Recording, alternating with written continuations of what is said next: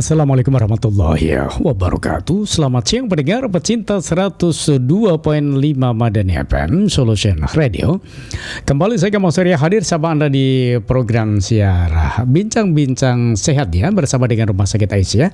Edisi siar hari ini Kamis di lembar kalender yang ke-2 April 2026 pukul 14 hingga 15 waktu Indonesia Barat. Kita akan membahas tema yang sangat penting khususnya bagi para orang tua, yaitu campak pada anak ya, bahaya yang sering diremehkan. Nah, insan Madani seringkali campak dianggap penyakit biasa, padahal jika tidak ditangani dengan baik bisa menimbulkan komplikasi serius. Nah, untuk itu telah hadir bersama kita narasumber yang kompeten, Dr. Fania Nabila Putri Bakari gitu ya. Saya sapa dulu. Assalamualaikum Dok. Ya, waalaikumsalam Pak. Iya, alhamdulillah dokter ini adalah dokter umum Rumah Sakit Aisyah Bojonegoro. Gimana kabarnya Dok hari ini? Alhamdulillah hari ini baik. Baik ya, cuaca ya. Meskipun panas itu. Betul, panas sekali di luar. Oke, baik. Nanti jika interaktif di 082339947707 jika bisa Anda saksikan melalui live streaming di madani.com, YouTube-nya Madani Official dan Instagram Madani FM Bojonegoro. Baik, insan Madani langsung saja kita akan kepada dokter ini. Dokter bisa dipanggil Dokter Fania atau Nabila? Dokter Fania. Dokter Fania gitu ya. Oke, baik.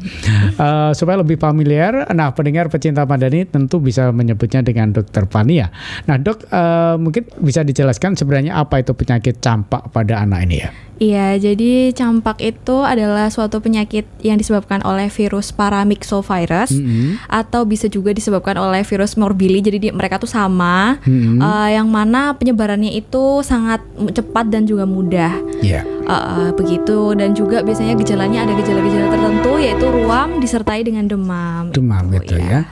Oke, baik, itu gejala-gejalanya ya yang bisa dikenali. Nah, kira-kira mengapa ya Dok campak ini masih sering terjadi di Indonesia, termasuk mungkin di Bojonegoro misalnya begitu ya? Iya. Kenapa ini faktornya apa ya masih sering kita temukan? Oke, saya izin untuk menjelaskan ya, mungkin sambil sharing-sharing aja juga.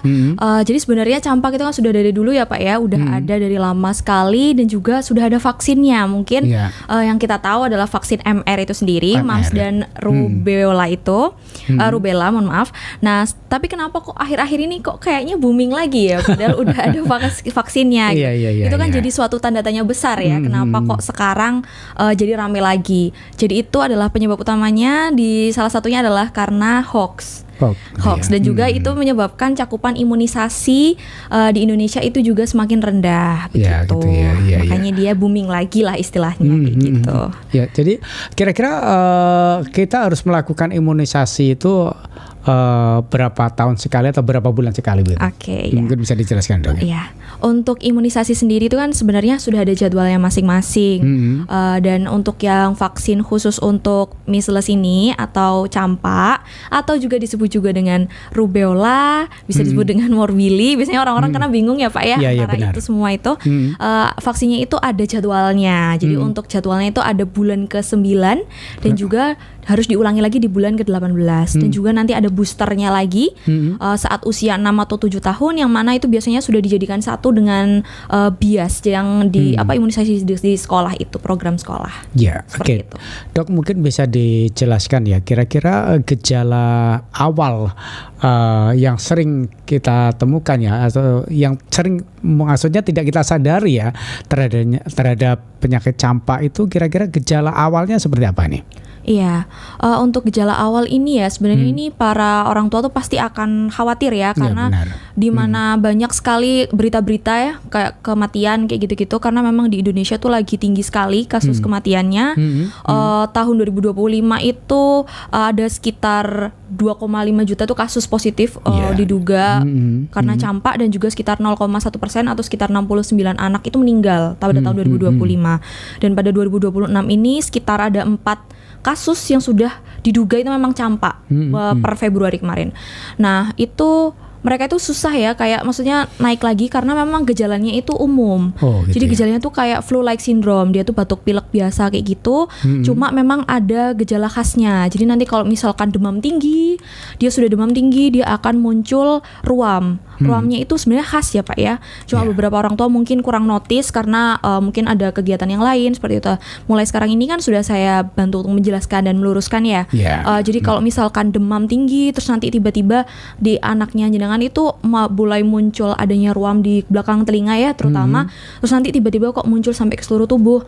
Nah itu sudah bisa mulai waspada adanya campak. Dan juga selain itu yang khasnya lagi itu disertai adanya lendir. Lendirnya itu bisa berupa pilek atau koriza dan juga konjungtivitis atau matanya merah. Jadi khasnya dari campak ini ada 3, koriza, konjungtivitis dan cough atau batuk. Wah begitu. luar biasa itu ya. Mungkin yang perlu dikenali bagi masyarakat. Kira-kira yang paling berisiko ya terkena penyakit campak ini apakah usia anak-anak, dewasa atau misalnya orang tua gitu? Oh ya, untuk campak ini sebenarnya semua usia bisa. Cuma karena anak-anak bayi itu ya paling rentan.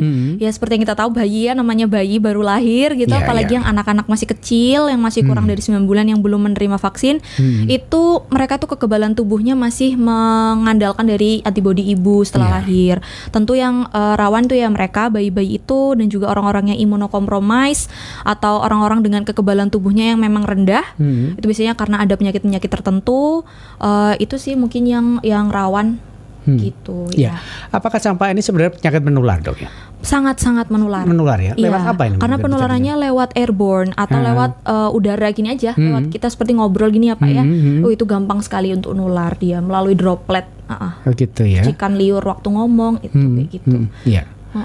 Jadi kalau misalnya ada keluarga yang terkena campak akan berisiko pada keluarga yang lain? Iya, sangat berisiko. Berisiko ya? Gitu sangat ya? berisiko. Kecuali si keluarga yang lain itu sudah vaksin ya. Maksudnya biasanya kan orang-orang yang terkena campak itu kan tinggi pada orang-orang yang belum pernah vaksin. Nah biasanya kan orang tua kan beberapa masih ada ya yang takut buat memberikan vaksin, buat imunisasi anaknya Mungkin ya adalah hoax-hoax yang muncul karena takut inilah itulah, atau mungkin kasihan dengan anak-anaknya nangis habis dikasih campak kayak gitu habis dikasih imunisasi kayak gitu.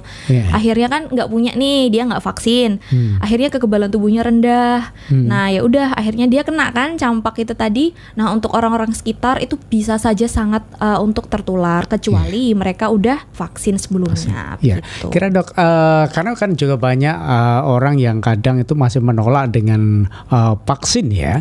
Nah kira-kira upaya apa yang harus dilakukan untuk menyadarkan orang tua pentingnya imunisasi campak ini? Oke, ya jadi sebenarnya masih banyak sekali ya yang akhirnya menyebabkan cakupan data ya, kita lihat data kan ya. Kita melihat data cakupan imunisasinya itu masih sangat rendah di Indonesia, sekitar 68%. Sedangkan harusnya minimal cakupan imunisasi itu minimal 95%. Apa sih maksudnya cakupan imunisasi? Saya izin jelaskan ya Pak ya. Jadi cakupan imunisasi itu maksudnya jumlah orang yang sudah diimunisasi minimal itu ada 95%. Nah di Indonesia tadi yang rendah itu ya akhirnya banyak orang-orang yang tidak terimunisasi, sedangkan kita itu butuh yang namanya herd immunity. Herd immunity itu disebut juga dengan kekebalan kelompok. Gampangnya tuh gini, misalkan nih ada tembok ya, jadi imunisasi orang yang udah diimunisasi itu ibaratkan tembok. Semakin kuat temboknya atau semakin banyak orang yang sudah diimunisasi, berarti kan temboknya kuat nih Pak ya. Benar ya. Jadi nggak ada yang bolong-bolong, akhirnya virus itu nggak bisa menyebarlah ke orang lain. Jadinya virusnya itu terhambat penyebarannya seperti itu. Jadi kalau misalkan masih takut untuk vaksin itu ya kalau bisa sangat dihindari ya, karena komplikasinya campak ini banyak sekali Pak.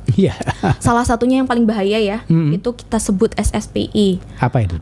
Jadi itu adalah subacute sclerosing panencephalitis. Jadi itu terjadinya kemunduran kecerdasan. Jadi itu dia akan regresi kecerdasan pada anak yang terkena campak hingga nanti anaknya itu penurunan kesadaran Pak. Encephalitis, radang otak. Nanti sampai bisa berujung ke kematian.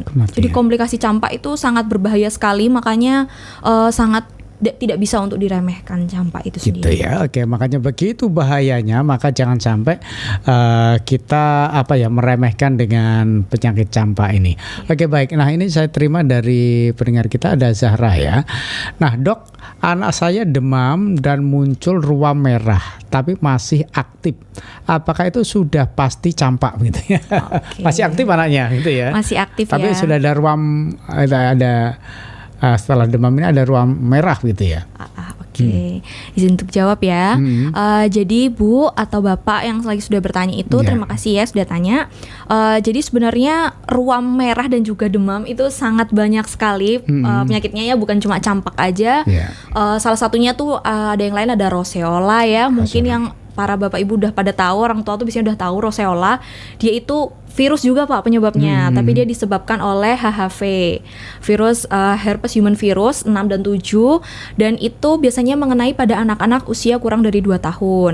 Dan juga dia itu akan sembuh, biasanya tuh ruamnya akan menghilang setelah demamnya udah turun. Seperti itu. Turun gitu ya. Jadi tuh kayak banyak banget anak-anak yang kena roseola itu Pak, dan itu insya Allah tidak berbahaya. Tidak berbahaya dok ya? Iya, karena memang komplikasinya itu tidak seperti si campak ini sendiri. Terus juga masih ada banyak lagi yang lain. Ada rubella, campak Jerman.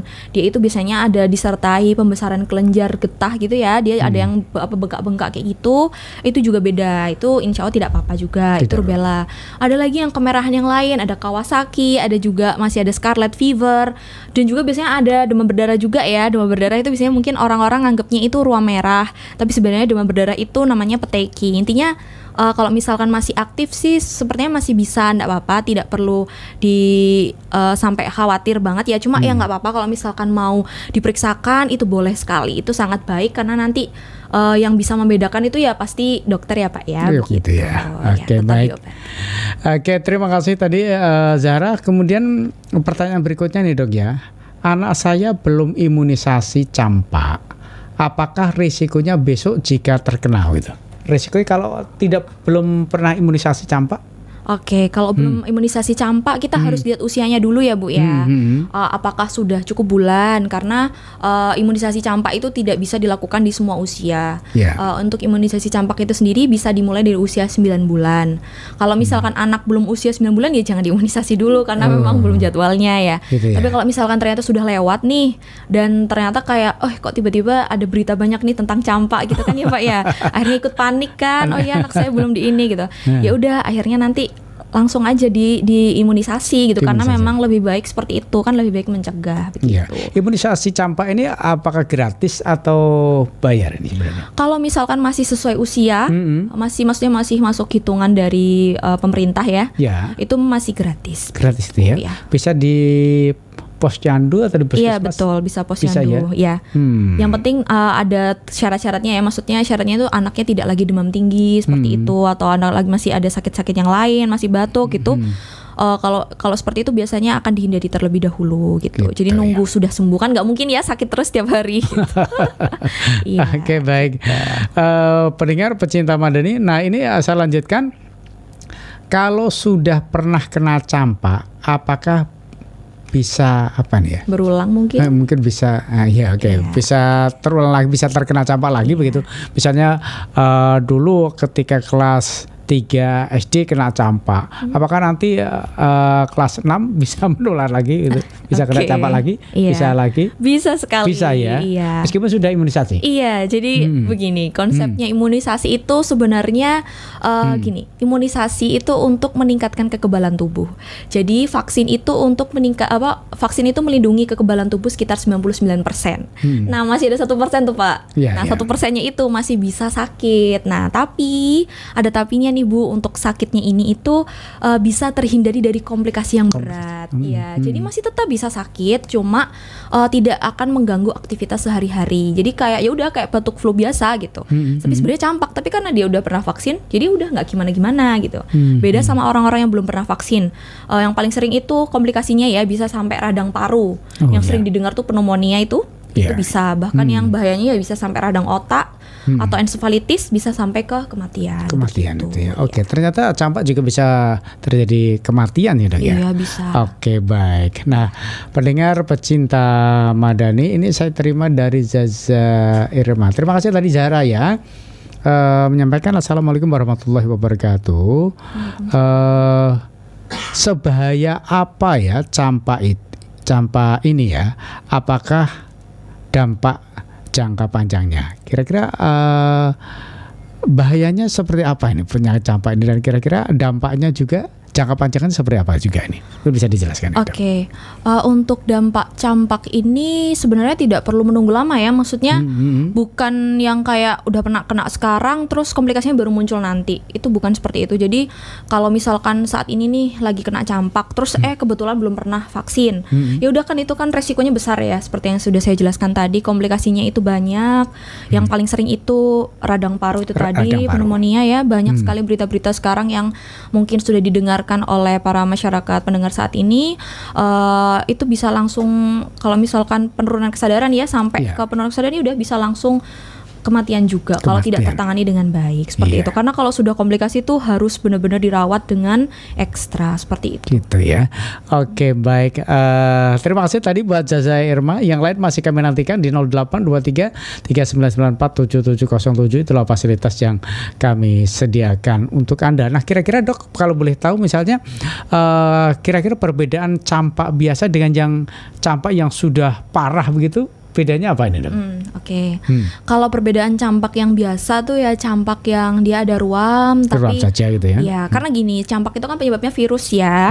Jadi karena penyebab virus itu dia terapinya sebenarnya suportif. Suportif itu gimana? Suportif itu perlu sesuai kondisinya aja, sesuai keluhan. Misalkan nih dia demam ya Pak ya. Ya udah dikasih obat anti demam. Kemudian dia batuk pilek, ya udah kita obati batuk pileknya. Yang paling penting adalah rehidrasi cairan. Kita harus kasih minum yang banyak ya. Kalau misalkan cukup di rumah, maksudnya nggak sampai butuh perawatan di rumah sakit, ya udah minum yang banyak, makan yang banyak seperti itu. Cuma kalau misalkan yang sudah sampai parah ya, sampai berat, itu tadi sampai sesak nafas dianya. Oh, sampai sesak nafas. Iya betul, karena radang paru itu tadi yang paling sering, radang paru, karena virusnya bisa sampai mengenai ke pernafasan seperti itu. Itu udah harus selalu langsung mulai ke rumah sakit untuk diberikan penanganan lebih lanjut seperti gitu itu. Ya. Oke, baik. Nah, itu tadi nampaknya bahayanya penyakit campak, juga dampaknya ya yang sudah disampaikan oleh dokter. Kira-kira apakah penyakit campak ini bisa terjadi komplikasi yang bisa terjadi jika campak ini barangkali tidak ditangani secara serius, Dok? Iya, bisa sekali. Kalau misalkan, tapi itu lagi sih Pak, kalau misalkan dia udah pernah vaksin, sebenarnya risiko untuk komplikasi itu nggak sebesar itu, bahkan hampir nggak ada ya. Gitu ya. Di sini karena bukannya maksudnya kayak melebih-lebihkan vaksin ya, tapi memang vaksin itu sangat baik ya, sangat bermanfaat. Bukan hanya bagi diri kita aja, tapi buat orang lain, bahkan untuk anak kita sendiri ya, untuk melindungi semuanya yang kita sayangi juga. Jadi kalau misalkan sampai nggak divaksin itu ya tadi bisa sampai ke berujung ke kematian itu tadi. Ya, kira-kira apakah campak ini sebenarnya penyakit yang terjadi di daerah-daerah tertentu, misalnya cuaca panas atau dingin, atau bagaimana? Sebenarnya tidak. Jadi dia tidak ada kayak seasonal gitu, bukan karena musim, bukan karena hal-hal seperti itu ya. Jadi dia bisa terjadi kapan aja ketika kekebalan imunnya lagi turun, itu aja sih. Ketika kekebalan imun lagi turun bisa terkena campak begitu ya. Betul. Oke, makanya jaga kesehatan dengan baik. Apakah juga campak ini disebabkan oleh faktor kurangnya menjaga kebersihan atau bagaimana? Bukan juga. Iya, karena virusnya itu tadi aja. Kalau misalkan kalau kebersihan ya mungkin kebiasaan bersin aja sih ya. Mungkin karena kan ini ya menyebarnya lewat droplet ya, lewat pernafasan ya, betul. Jadi kalau misalkan nih udah ada tanda-tanda kayak batuk pilek gitu ya, karena kan masyarakatnya pasti belum bisa ya kayak menentukan ini campak bukan ya gitu. Iya kan, jadi lebih baik itu pakai masker kalau udah ada kerasa kayak batuk pilek gitu, atau mungkin etika batuk gitu kan, ada etikanya ya batuk kayak misalkan nutup dengan tangan, kalau udah tangannya cuci tangan harus ya, atau pakai tisu basah kayak gitu, atau mungkin pakai siku ya. Kita jadi harus mengajarkan kalau misalkan udah ada batuk bersin kayak gitu tuh lebih baik kita menghindari ke arah yang berbahaya. Maksudnya ya kita ya. lebih baik kan berpikir lebih jauh ya kalau misalkan lagi sakit, jadi lebih baik menghindari penularan ke orang lain dengan memakai masker. Ya, gitu. Karena sering sekarang kan orang banyak menggunakan namanya tisu ya, bahkan seperti Lebaran kemarin nampaknya tisu itu menjadi sampah luar biasa. Dan hampir semua rumah juga menyediakan tisu. Kalau dulu orang pakai sapu tangan gitu ya, sekarang kan pakai tisu, sehingga kadang apakah ini bisa menyebar virusnya itu kalau misalnya ada penderita campak nih? Oh gitu, maksudnya tisu yang udah dipakai tadi ya. Insya Allah kalau udah dibersihkan ke tisu gitu, insya Allah enggak. Jadi tapi tetap harus dibuang ke sampah yang tepat ya, maksudnya dibakar, enggak langsung dibuang di luar gitu, berserakan kayak gitu. Iya, di jalan-jalan itu ya. Oke, jangan-jangan nanti malah dipakai main anak-anak. Iya itu, iya betul, karena lewat ini droplet tadi Mas. Droplet itu ya. Oke, baik pendengar pecinta Madani dimanapun Anda, bersama dengan program siar Bincang-Bincang Sehat dengan Rumah Sakit Aisyah. Tentu kita masih berbicara terkait tentang penyakit campak. Silakan kalau mungkin Anda ingin menanyakan, atau belum jelas ya dengan penjelasan dokter tadi, bisa di 0823 3994 7707 ya. Di 0823 3994 7707. Dok, kira-kira bagaimana ya peran imunisasi dalam mencegah campak ini? Apakah sangat urgent sekali begitu ya imunisasi ini? Iya, kalau urgensinya sangat-sangat urgensi ya, karena ini adalah untuk melindungi diri sendiri dan juga orang lain. Karena tentunya kita itu pasti punya orang yang disayang ya, baik keluarga kita sendiri maupun orang lain. Jadi urgensinya itu sangat penting karena untuk menghindari komplikasi yang parah gitu. Begitu, ya. Oke, jadi penting sekali. Oke, baik pendengar pecinta Madani dimanapun Anda, kita akan break dulu, jangan kemana-mana, tetap di 102.5 Madani FM Solution Radio bersama dengan Bincang-Bincang Sehat dengan Rumah Sakit Aisyah Bojonegoro. Insan Madani dimanapun Anda, kembali masih dari jantung kota Bojonegoro, Jalan Togumar 48 di program siar Bincang-Bincang Sehat bersama dengan Rumah Sakit Aisyah. Tentu topik kajian kita atau perbincangan kita di kesempatan hari ini masih seputar terkait tentang campak ya. Nah, bagaimana terkait tentang penyakit campak dan dampaknya? Silakan Anda bisa sampaikan di 0823 3994 7707, masih bersama dengan Dr. Fania ya di kesempatan hari ini ya. Ya, ini nampaknya ada yang masuk lagi nih dok ya. Coba saya terima ini. Dari siapa nih? Tidak disebutkan. Assalamualaikum warahmatullahi wabarakatuh. Waalaikumsalam warahmatullahi wabarakatuh. Dok, apakah campak ini bisa menular ke orang dewasa? Bisa enggak ini dok? Tadi sebenarnya sudah disinggung ya. Ternyata juga anak-anak, dewasa juga, atau semua orang begitu. Iya bisa benar, ya? bisa. Jawabannya bisa ya. Itu tadi kalau misalkan kekebalan imunnya lagi rendah tuh bisa. Cuma ya tadi kalau misalkan sudah vaksin ya insya Allah nggak akan sampai ke komplikasi yang parah ya. Tapi kalau misalkan belum vaksin ya siap-siap bisa sampai ke komplikasi ke radang paru kayak gitu, itu yang paling sering. Gitu ya. Bisa jawabannya. Bisa ya. Oke, makanya itu yang perlu diperhatikan. Semua orang bisa terkena campak ya. Oke, makanya upayakan bisa imunisasi. Entah dulu saya sudah imunisasi campak belum nih. Enggak tahu ini. Oke. Apalagi saya sudah masuk pada pramanulai namanya. Iya. Oke, baik. Yang kedua, bagaimana cara merawat anak? Bagaimana cara merawat anak campak di rumah agar cepat sembuh ya? Maksudnya mungkin seorang ibu anaknya kena campak, cara merawatnya seperti apa begitu ya, dok ya? Iya. Oke, makasih ya pertanyaannya Ibu. Jadi begini, kalau misalkan memang putranya jenengan ya, itu memang sakit campak, itu jadi bisa diberikan makan minum yang cukup ya. Jadi nggak boleh misalkan nih nggak ada malas gitu ya anaknya, ya harus kalau bisa tetap makan. Tetap makan gitu ya. Ya karena tadi seperti yang saya jelaskan bahwa terapinya sebenarnya sportif. Sportif itu tadi sesuai keluhan pasien. Kalau misalkan demam ya dikasih obat demam. Kalau misalkan batuk pilek ya udah diatasi itu batuk pileknya. Terus nanti kalau misalkan di rumah ya, maksudnya belum perlu untuk perawatan di rumah sakit, ya itu dicukupi nutrisinya, cairannya, minum yang banyak seperti itu. Selain itu nanti juga perlu sih sebenarnya dosis diberikan vitamin A ya. Vitamin A. Itu nanti tetap sih kalau dari saya sih tetap harus ke rumah sakit karena nanti tetap akan dipertimbangkan untuk diberikan vitamin A karena si campak ini sendiri dia itu akan merusak epitel. Dia itu akan menurunkan imun dan juga akan merusak epitel di mata sehingga tuh bisa resiko kebutaan. Oh, iya. Tapi kalau misalkan sudah diberikan vitamin A ya, nanti itu insya Allah juga bisa sudah mengurangi resiko tersebut. Jadi kalau misalkan di rumah ya, selain itu juga harus tetap diisolasi ya. Perlu isolasi karena penyebarannya tadi itu Pak sangat mudah sekali ya melalui airborne tuh tadi. Dia melalui droplet, cuma ngomong aja itu bisa nyebar gitu. Jadi lebih baik ya anaknya di rumah tetap maskeran kayak gitu.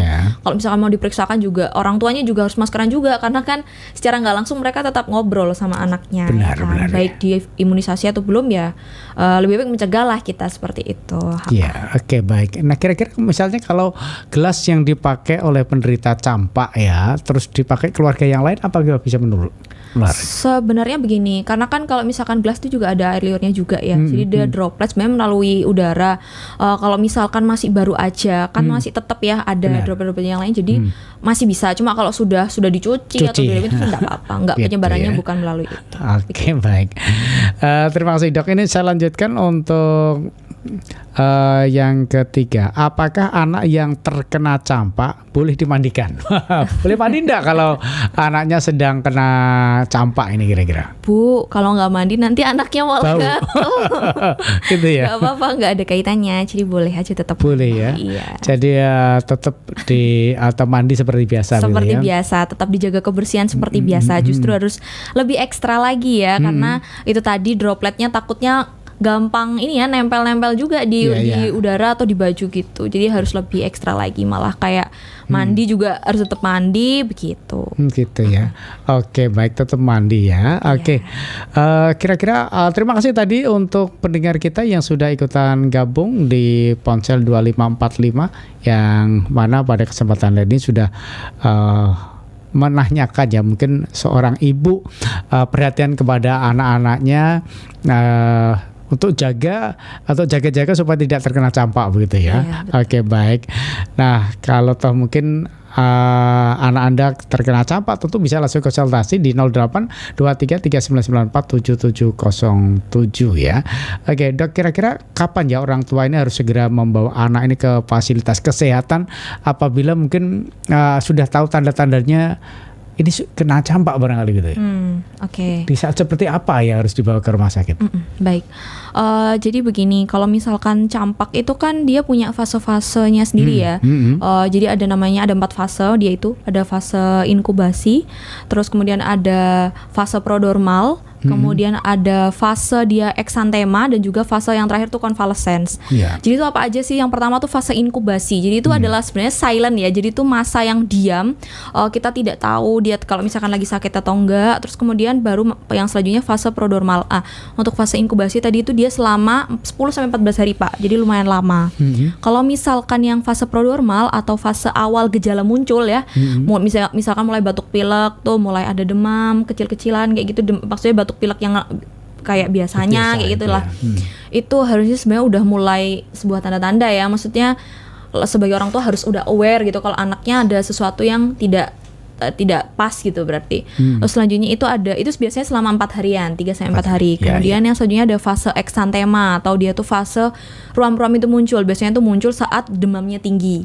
Bukan biasanya sih, tapi memang khasnya campak itu demam tinggi muncul ruam-ruamnya begitu.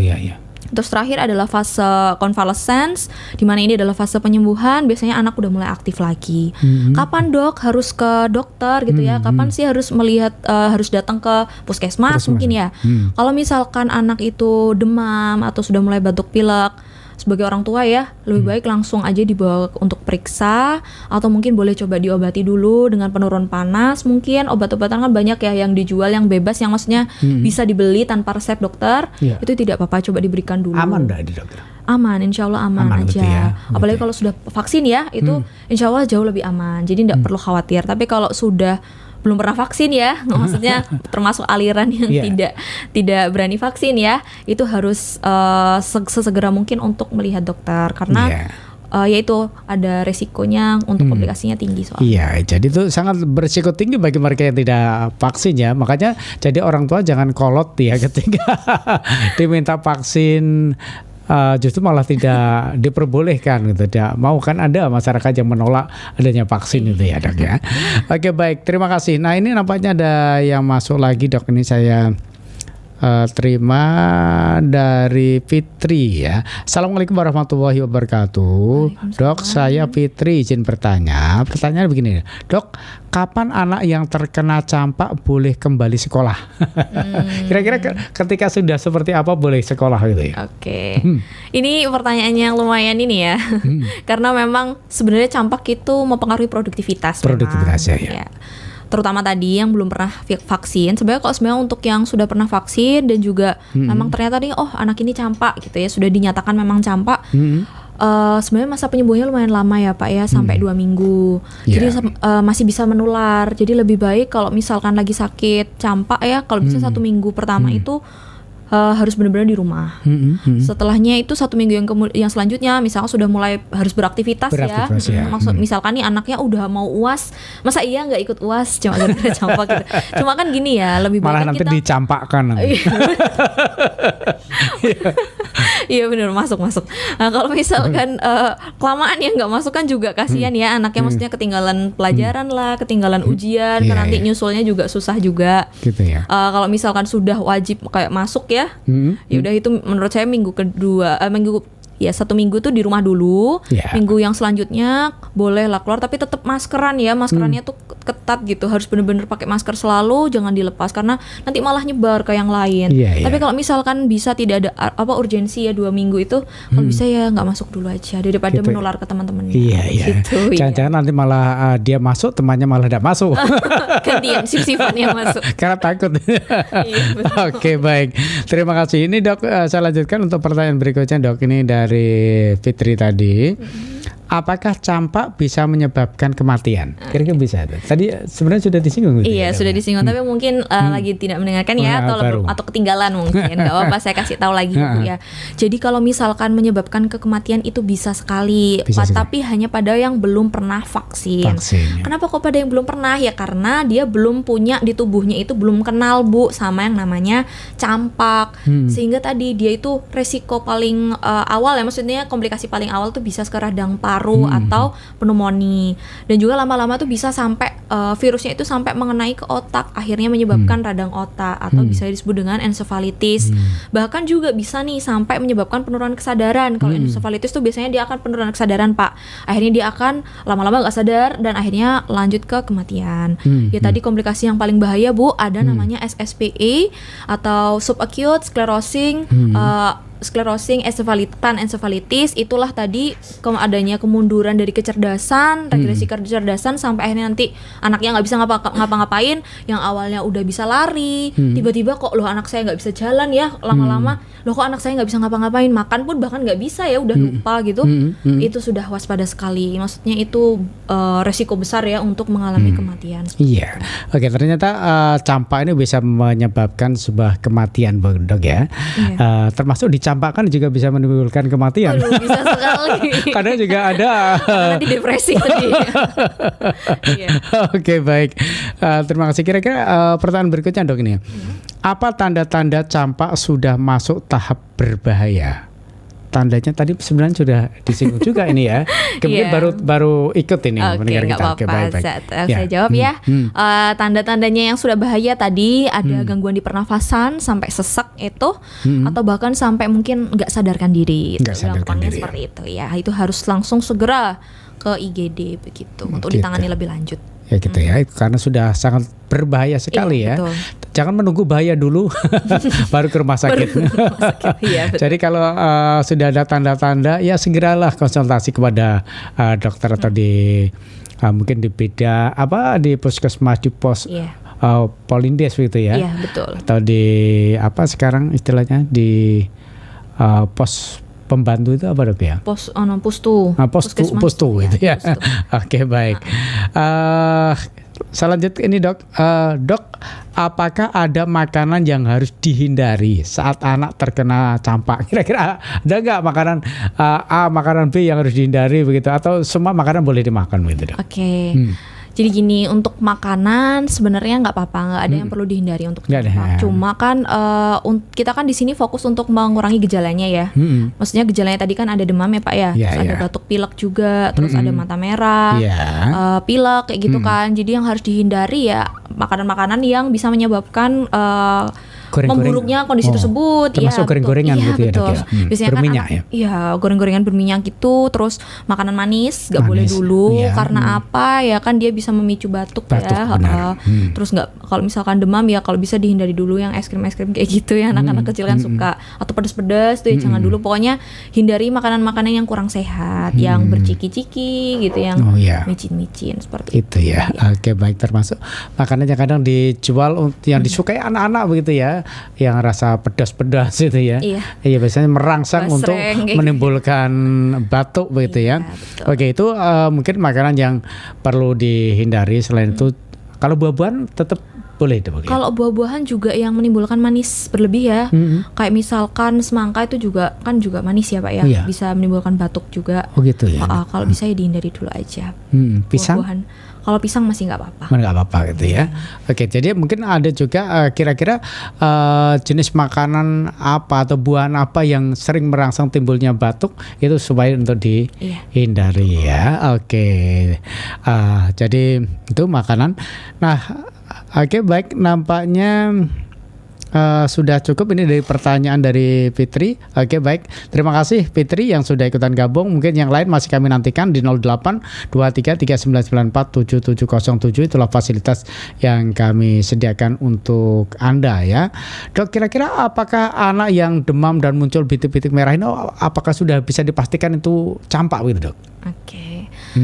Jadi begini, untuk menjawab pertanyaan itu sebenarnya tidak pasti campak. Tidak campak ya. Karena sejujurnya untuk masyarakat awam ya, maksudnya yang benar-benar tidak bisa membedakan ruam atau dia ini apakah peteki ya, ada sebutan lain peteki, karena dia tampaknya sama ya kayak bintik-bintik merah gitu. Itu yang bisa membedakan memang biasanya nakes ya yang tahu. Mungkin apakah ada ini demam berdarah? Iya betul. Ataukah ini ada campak tuh karena tadi ruam. Kalau cacar air? Cacar air itu sebenarnya dia berbeda jauh. Berbeda ya. Kalau cacar air itu dia ya bintik-bintiknya itu berbeda-beda. Jadi ada yang sudah korengan kayak gitu, ada yang masih baru gitu, ada yang masih bernanah. Nah, kalau cacar air tuh khasnya seperti itu. Jadi dia lesinya, kita nyebutnya lesi ya, lukanya itu dia tuh berbeda-beda. Maksudnya umurnya tuh nggak sama Pak. Jadi ada yang sama ya. Ada yang masih baru muncul, ada yang udah lama bentuk koreng kayak gitu, kayak yang ngelupas-ngelupas gitu, yang bekas gitu, atau ada yang masih bernanah kayak gitu-gitu. Jadi sangat berbeda kalau misalnya sama cacar itu atau varicella ya sebutannya. Begitu. Jadi dia berbeda. Kalau misalkan ruam-ruam itu ya tadi masih banyak sih sebenarnya diagnosis pembanding ya namanya. Jadi kalau misalkan mau lebih pastinya, mau lebih tahu ya harus melihat ke fasilitas kesehatan. Fasilitas kesehatan ya. Oke, baik. Nah, jadi tidak semuanya kalau sudah demam terus kemudian muncul bintik-bintik terus dipastikan itu campak, belum tentu ya. Bisa jadi demam berdarah atau mungkin penyakit lain gitu. Betul, ya. Oke, baik. Dok, tadi terkait tentang penderita campak ini kira-kira bisa tadi ya dirawat di rumah ya Dok ya? Tidak harus ke rumah sakit itu ya? Tidak harus ke rumah sakit. Ya, tapi mungkin sebelumnya juga konsultasi ke dokter dulu. Kira-kira obatnya apa yang harus diminum begitu ya? Jangan nanti sembarang obat. Misalnya demam terus diberikan obat demam yang dijual bebas di toko-toko, itu bisa enggak Dok? Kalau misalkan untuk penanganan awal ya, mungkin maksudnya misalkan nih mau ke poli ya, kantor poli kan tidak buka 24 jam. Atau mungkin rumahnya jauh dari fasilitas kesehatan, mungkin pelosok banget ya, belum bisa mengakses cepat untuk pergi ke IGD gitu misalkan di rumah nih ada obat penurun panas ya Pak ya, itu boleh diminumkan dulu, tapi tetap harus segera kalau misalkan besoknya udah bisa pergi ke Vaskes ya harus langsung ke Vaskes gitu untuk dapat penanganan yang lebih tepat begitu. Ya Dok, tadi kan campak ini kan bisa menimbulkan kematiannya. Mengapa ya banyak orang tua yang menganggap penyakit ini biasa begitu sehingga seolah-olah tidak perlu imunisasi, tidak perlu ke dokter, dia biasakan saja nanti sembuh sendiri begitu. Kenapa nih ya ada anggapan semacam ini? Apakah memang pengetahuan mereka atau SDM mereka begitu. Oke. Jadi gini, karena ada gini ya, dari dulu tuh memang sepertinya campak itu kayak udah penyakit yang biasa ya, kayak pasti anak-anak akan mengalami lah campak gitu ya. Cuma sebenarnya orang-orang dulu tuh mungkin dia nggak terkena campak yang bahaya itu mungkin karena sudah pada vaksin sebenarnya. Akhirnya kan saling terlindungi nih. Jadi misalkan ada satu orang yang dia tuh nggak vaksin tapi aku nggak gimana-gimana sih gitu kan ya. Biasanya anakku nggak pernah vaksin tapi untungnya nggak pernah sampai kayak gitu. Aman-aman aja gitu ya. Betul. Bisa jadi ya Pak ya, itu dia sebenarnya lagi dilindungi sama orang-orang lain. Kok bisa Dok? Gitu ya, biasanya pertanyaan gitu, dilindungi dari mana gitu. Kan nggak ngapa-ngapain orang lainnya gitu. Jadi sebenarnya orang lainnya lah yang vaksin, yang itu adalah namanya tadi dari herd immunity. Jadi kekebalan di lingkungan sekitarnya si anak itu sudah sangat baik. Makanya anaknya yang tidak pernah vaksin itu dia nggak gimana-gimana karena orang-orang lain sudah pada vaksin. Jadi makanya kayak penyebaran virusnya itu sudah terhambat gitu loh secara mudah begitu. Karena tembok-temboknya tuh udah tebel. Gitu, gampangannya seperti itulah. Gitu. Oke. Dok, ya kira-kira apakah ada mitos-mitos yang sering disampaikan masyarakat terkait tentang campak ini ya? Ada yang juga mungkin ini kutukan atau bagaimana gitu? Ada gak mitos-mitos itu ya? Maling kundang. Enggak ada ya. Oke, kalau hoax mungkin yang pernah saya dengar ya, kayak yang kabar burung gitu, mungkin lebih ke vaksinnya sih Pak. Kayak vaksinnya itu bisa menyebabkan autisme gitu. Biasanya orang-orang banyak ya yang karena ini ada penelitiannya ya, dari penelitiannya di daerah di Amerika Serikat. Jadi ada penelitian tentang itu yang mengatakan bahwa banyak hoax yang tersebar ya, biasanya itu karena bisa menyebabkan autisme, tapi itu sudah sangat ditepis bahwa memang tidak ada kaitannya antara autisme dan juga pemberian vaksin campak itu sendiri. Masih banyak sih sebenarnya hoax yang lain, kayak misalkan nih karena habis diberikan vaksin nanti dia akan makin mudah untuk kena campak, itu padahal juga bukan seperti itu ya. Itu hoax yang banyak tersebar sih Pak, begitu. Ya. Oke, baik. Ini di YouTube-nya ada dari Muhammad Sahri Ramadan. Wah, ini sudah lebaran ini, masih Ramadan. Iya, oke. Dok, kalau dewasa perlu vaksin campak enggak begitu ya? Kalau sudah orang dewasa kira-kira perlu vaksin campak atau tidak ini Dok ya? Oke, terima kasih Syari atas pertanyaannya. Jadi untuk orang dewasa masih perlu ya untuk vaksin campak jika dulu belum pernah ya Pak ya. Mungkin atau ragu-ragu nih, saya udah tua tapi apakah ini masih pernah vaksin nggak ya gitu. Jadi harus tetap untuk berpikir untuk vaksin. Cuma ya kalau misalkan udah usia dewasa tentunya tidak tercover ya oleh pemerintah. Jadi harus tetap bayar sendiri. Ada dosis-dosis tertentunya juga. Kalau misalkan ragu udah pernah vaksin atau belum, biasanya itu dia hanya 1 dosis. Gitu. Cuma kalau belum pernah sama sekali itu biasanya 2 dosis. Nanti kalau misalkan mau vaksin tinggal datang aja sih, nanti akan dijelaskan lebih lanjut pasti di fasilitas kesehatan seperti itu. Oke, baik. Itu tadi buat Muhammad Sahirul Ramadan. Oke, yang sudah ikutan gabung ya, mungkin cuma kita tidak tahu Mas Muhammad atau Bapak ini sudah usia berapa gitu ya. Atau masih sudah tua. Mungkin sudah tua. Sudah tua gitu ya. Oke, baik. Pendengar pecinta Madani, Dok, tadi kan begitu pentingnya imunisasi campak ini ternyata ya. Kira-kira kalau orang mau imunisasi langsung bisa ke rumah sakit tertentu atau vaskes tertentu boleh gitu? Atau bebas ya? Kalau misalkan mau vaksin ya, mau ada orang dewasa maksudnya. Pada orang dewasa nanti langsung coba ke fasilitas yang terdekat aja. Nanti pasti akan diarahkan. Kalau langsung bisa atau enggak nanti tergantung dari fasilitas kesehatannya begitu. Nanti akan dijelaskan lebih lanjut kalau sudah ke sana begitu. Itu ya. Jadi barangkali kan setelah mendengar siaran ini, wah, saya dulu sudah di imunisasi campak apa belum, sehingga langsung mau imunisasi. Jadi langsung bisa ke puskesmas, mungkin nanti akan diberikan penjelasan perlu nggak atau mungkin bagaimana prosesnya, bisa dijelaskan ya. Dok, tadi berarti penyakit campak ini bisa disembuhkan Dok ya? Bisa ya.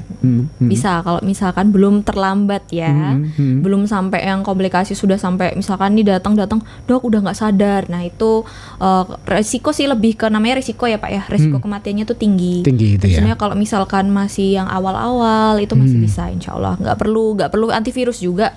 hanya perlu tadi suportif kalau misalkan masih sangat awal gitu. Kalau misalkan udah ada komplikasi radang itu baru nanti butuh seperti antibiotik, cuma nanti yang memberikan kan pas ada di dokternya begitu. Betul ya. Oke, baik. Tapi saya sekali mendengar pecinta Madani, waktu juga harus memisahkan kita karena tentu sesaat lagi kita akan kebanyakan adzan asyar ya.